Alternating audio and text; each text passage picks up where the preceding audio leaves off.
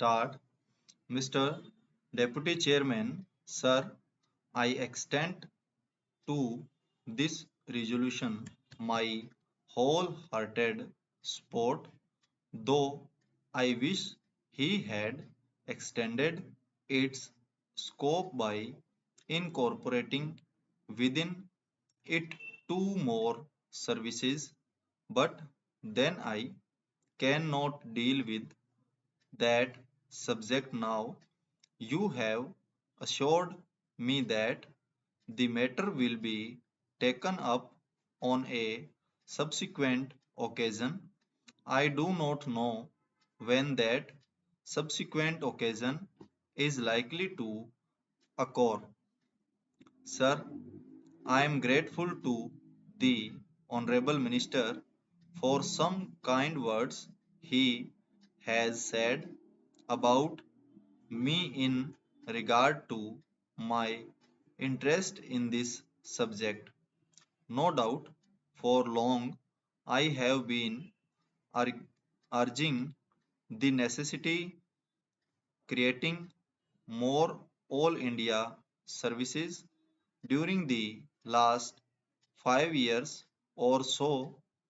Ever since that recommendations on the subject was made by the States Reorganization Commission, and during the last 1 year and a half, near about that time, I have been tabling resolutions on the subject twice or thrice, but they could not come up.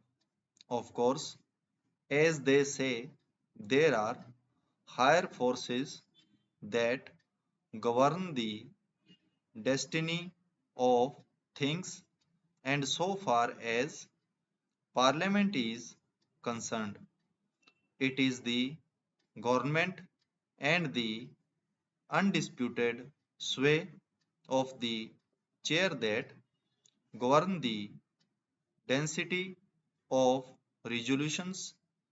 Obviously, it was so ordained that this resolution should come up only now, and that too as a government sponsored resolution. Even as it is, I welcome it most heartily and feel enthusiastic and even jubilant about it.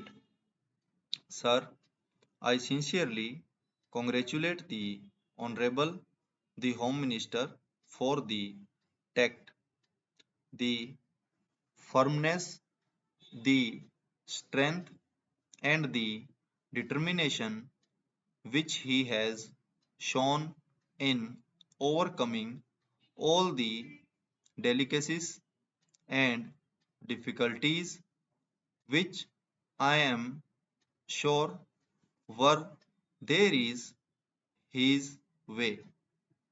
The oppositions and unwillingness of the states were there initially.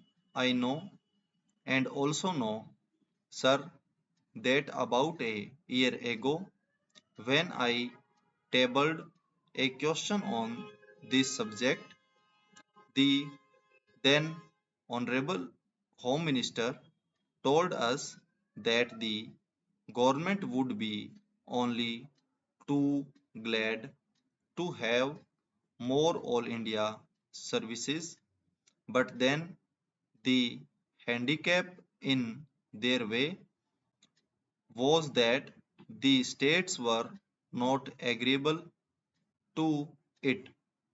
Subsequent to that, sir, about the middle of this year, I wrote to all the chief ministers requesting them to let me know their views on this subject, and I was a little unhappy to find that no chief minister replied to me saying that he was agreeable to it.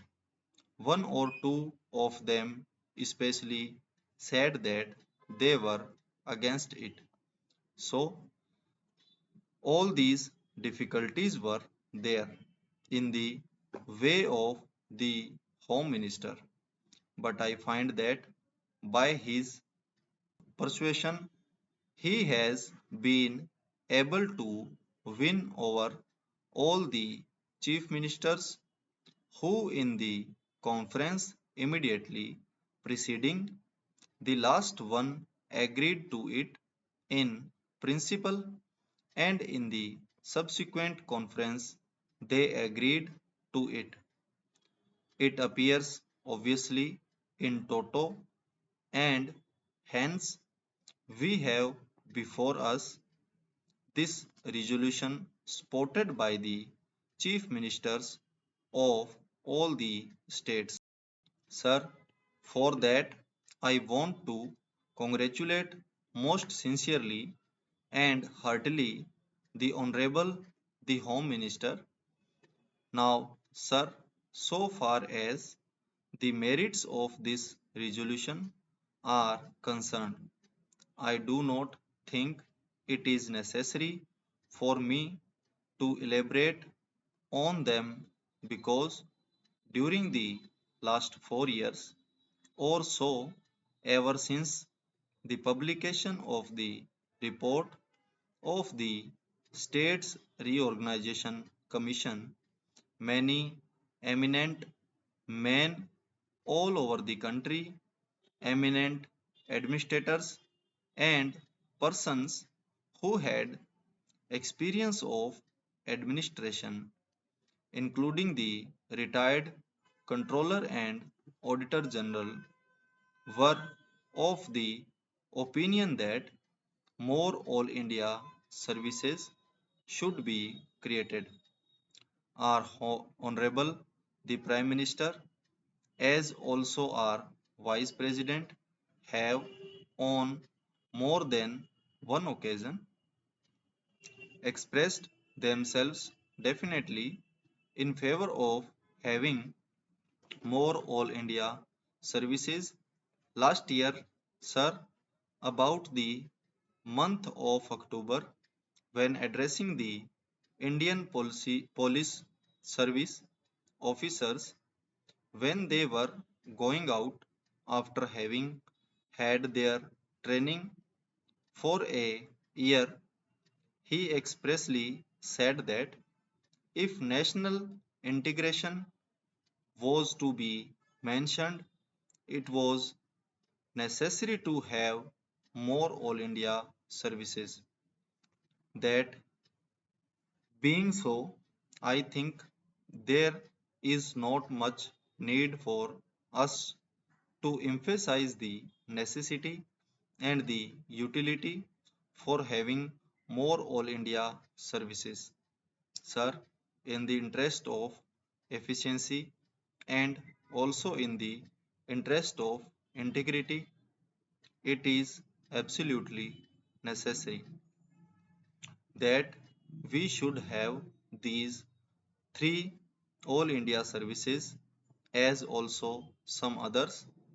The major problem these days before us is that successful implementation of the development programs has to be carried through. It is not enough that we should have big schemes.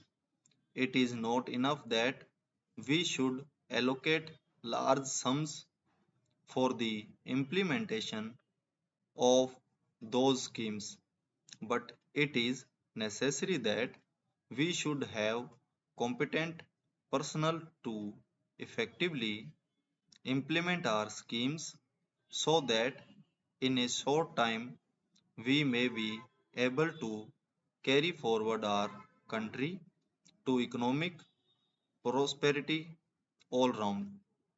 In the past, during the pre